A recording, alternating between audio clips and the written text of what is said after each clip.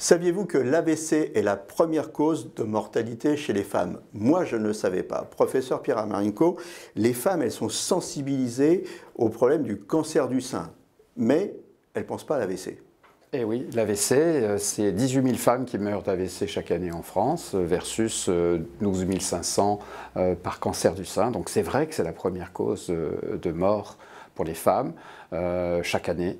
Et pour cela, il y a des facteurs de risque. Alors pourquoi? Voilà. Alors il y a des facteurs de risque d'AVC qu'il faut détecter tout au long de sa vie, car une femme sur 4 dans sa vie aura un AVC en France. C'est énorme, une femme sur 4, un homme sur 5.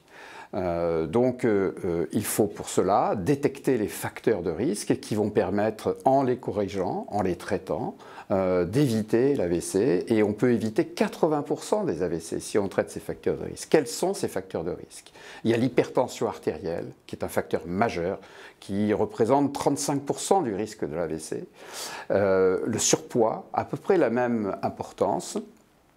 Le tabac, la cigarette, et les femmes françaises sont les championnes d'Europe de la consommation de cigarettes avec les Grecs, mais loin devant l'Allemagne, l'Italie, l'Espagne, etc. Alors ça, on peut dire que c'est des facteurs communs, hommes-femmes. Alors il y a des facteurs différents, comme il y a des périodes de la vie chez les femmes, ménopause, ça.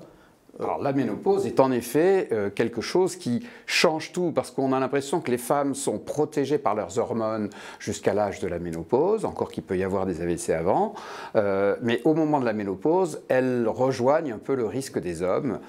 Et puis elles vivent plus longtemps, donc là il y a l'arythmie. Exactement, et puis elles vivent plus longtemps que les hommes, ça c'est leur privilège, et comme l'arythmie cardiaque est une grande cause d'AVC et que cette arythmie est plus fréquente chez les personnes âgées, eh bien elles en ont plus que les hommes.